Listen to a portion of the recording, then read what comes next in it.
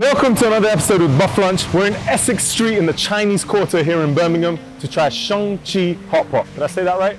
Yeah. You sure? Yeah.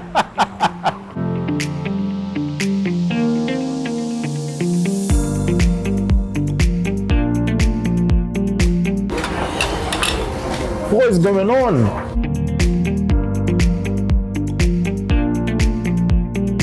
Xiong Qi.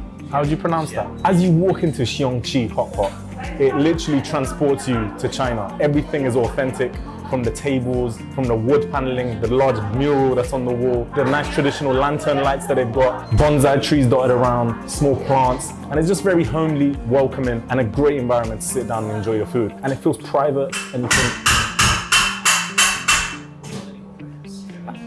And on the table, there's actually a massive hole, a hot plate underneath for where your hot pot will go, where it will keep that hot pot boiling and hot while you're eating. What we've ordered is a half and half hot pot with butter spicy soup base on one side and a chicken with fish mew soup base on the other side. We've got the beef platter, and that comes with fresh tender beef, spicy beef, and spicy beef meatballs. We've got the premium sliced lamb. We've got the ox tongue. We've got the fresh beef tripe. Also, we've added the beef scalded aorta. And for the vegetables, we've gone for some bamboo shoot, the mushroom platter, and the vegetable platter. Our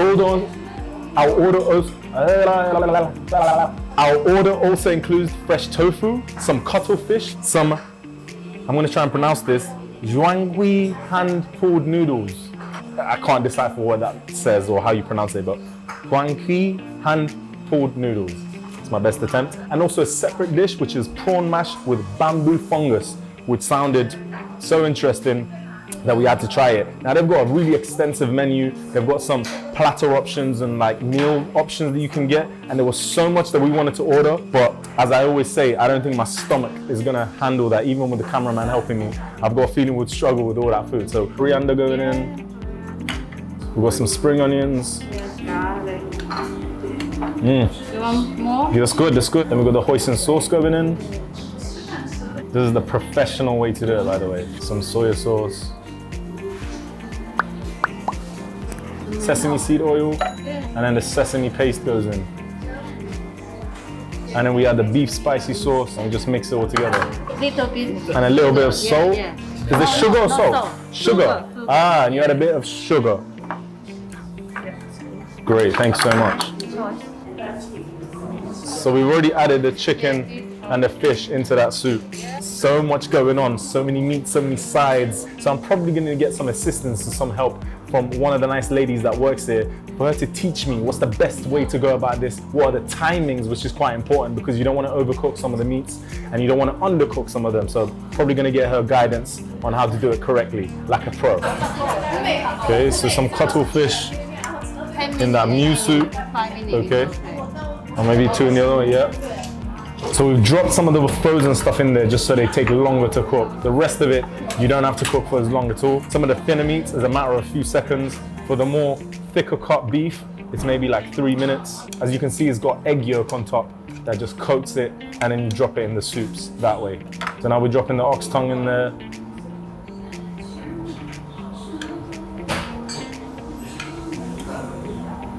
So let me try this lamb first, as it's so much quicker to cook. You only need maybe 30 seconds in that hot piping soup.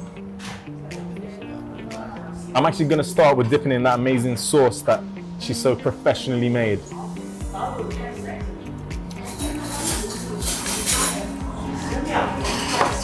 Oh my God, it's amazing. That lamb, such high quality, fatty.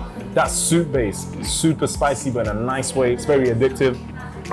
And pairing it with this concoction of sauce that she made, it just brings out so much of that flavor. I can't explain to you how it just accentuates the meat. When you got good quality meat, such a flavorful soup base, and pairing it with this amazingly constructed sauce, it's an absolute winner. So next, obviously we've got some meats cooking away in there. They're gonna take a little while. I'm gonna try a little bit of this fish and chicken mew soup, just because I wanna see the flavor. I've already tasted the flavor of that spicy one. Oh. See, even though you're dipping things in there, if you gave me that as a main, as a soup, I'll drink that happily. All I need is some rustic bread and it's good to go. It's got the fish taste in there, chicken broth, some vegetable taste in there, slight bit of chili, and you get some mushroom flavors coming through. It's just, oh, it's great. And I can see why you would probably go in between, going from the spicy, then going to that chicken and fish miso soup, just because they're so different from each other. So I'm gonna have one of this prawn mash with bamboo fungus, and I'm just gonna hold it in there for a few seconds just because the prawn doesn't take long to cook in this piping hot broth.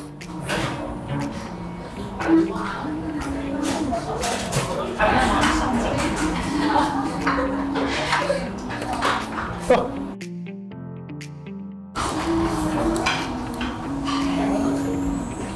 So lesson learned, if you're as terrible as me with the chopsticks, get some easy chopsticks or something because you're gonna struggle at times.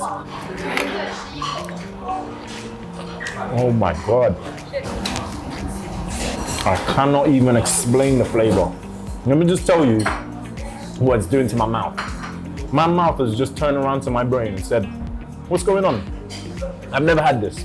And why have you never gave me this before? Because the flavors, the textures, you just have to taste that and experience it for yourself because my brain can't compute the taste.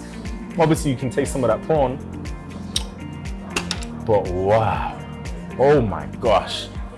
I love that. So far that's been mind-blowing. The lamb was great, good quality, but that was such a unique taste. So I'm gonna fish out one of these meatballs.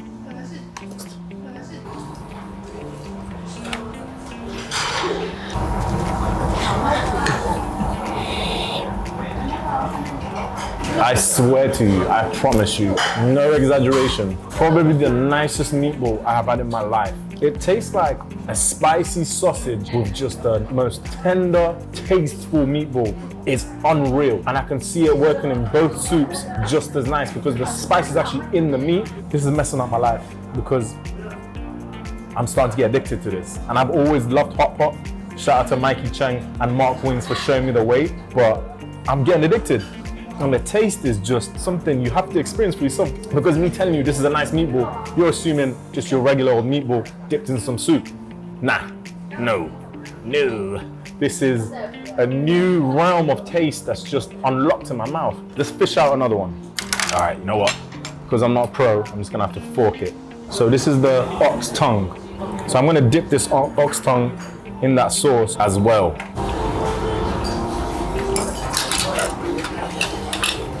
What is going on? What is going on? It's more chewy than the lamb, but that ox tongue has such a strong flavor. It's lean, but it's got a little bit of fatty streak that's running in between. The soup, unlocking all that flavor that's in that ox tongue. I can't praise it enough. And I hope you guys understand that I'm genuinely being serious and I'm being fully truthful when I tell you this is probably one of the nicest meals you will ever have in your life because of the variety and the taste. So let's keep going. Let me fish out another thing. Cuttlefish, here we go. I mean, I feel like every bite I'm taking, my life is just changing. Slowly starting to question the last 32 years of my life of why I'm not having this on a weekly basis. I'm eager, so I'm putting it in my mouth straight away. I'm burning, but the taste I'm feeling, it's worth it. Oh, the cuttlefish, which is like a squid, nice bite to it, but still tender. Again, that broth, I feel like it's engineered in a way where whatever you put in it, the taste just comes through and accentuates, and it just makes it into even more elevated flavor. Love that. So next I'm gonna go for some of this tripe.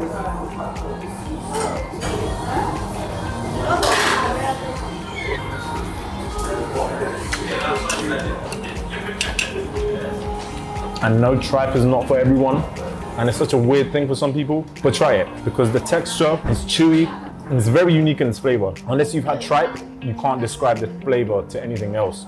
To be honest, this one is actually not as potent as I've had it in the past before. It's quite mild in flavor, but dipped in that soup again, I think whichever one you choose just accentuates that lovely flavor and just adds more layers to the taste. I'm gonna drop a few mushrooms in there just so they cook away while I try the beef. Look at this technique. I want to put some mushrooms on this side. On both sides, mushrooms go. Some of this beef. And this only cooks for about 30 seconds. So I think that's enough. I don't want to overcook it.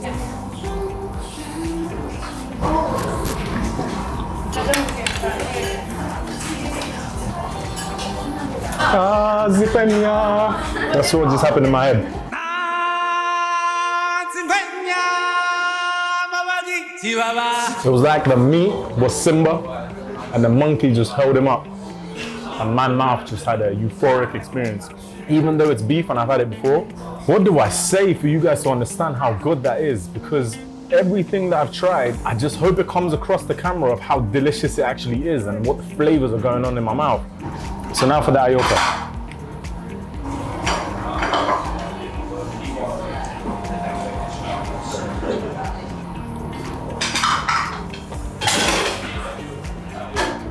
Oh, that's a completely new flavor, texture, everything. I've never had an Aorta of an animal before. Crunchy, a little bit like the Tripe, but more smooth and definitely absorbent. It's absorbed a lot of that flavor. But such a unique taste. It's actually amazing because I was expecting it to be really strong in not such a great way, but the taste that comes of it, I can't really describe it to you because it's unique to itself.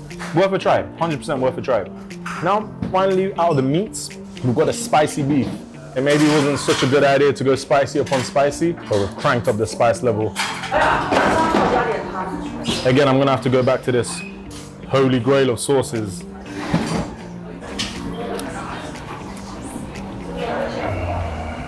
I don't even know what cut of beef that is, but it's so tender in comparison to even all of the other ones. Even though that lamb was extremely tender, this one's a thicker cut and even more tender. So I don't know what cut that is, but with the chili flakes on top, even dipped in that spicy soup, I was expecting it to be overpowering, but it works so well. If you can't handle your spice too much, maybe dip it in the new soup or like a neutral soup, but the flavor, the flavor. One thing I've not tried yet is the fresh tofu. Okay, so I'm gonna try the tofu in the new soup. And he meant to cook it for about 2 minutes, so I'm gonna probably let it just sit in there. And what I'll do is I'll add some bamboo shoots to that as well.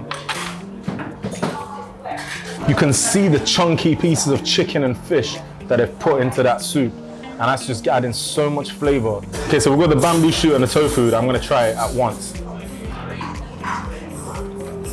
Oh, the tofu just disintegrated and it melted away. And now I'll just crunch a little bit on that bamboo shoot, which has a very mild, earthy flavor. But that tofu is definitely there as more of a texture thing and more of an absorbent of the broth that you put it in. Finally, I'm gonna try some of these hand-pulled noodles. And you know what? I can't lie to you. My favorite broth is that spicy one because, as you guys know from previous videos, I love some spicy flavors. For all you traditional people out there, don't hate me, I'm gonna use a fork. I cannot use a chopstick that well. What I am gonna do though, I'm actually gonna dip it in that sauce because that sauce just makes everything better.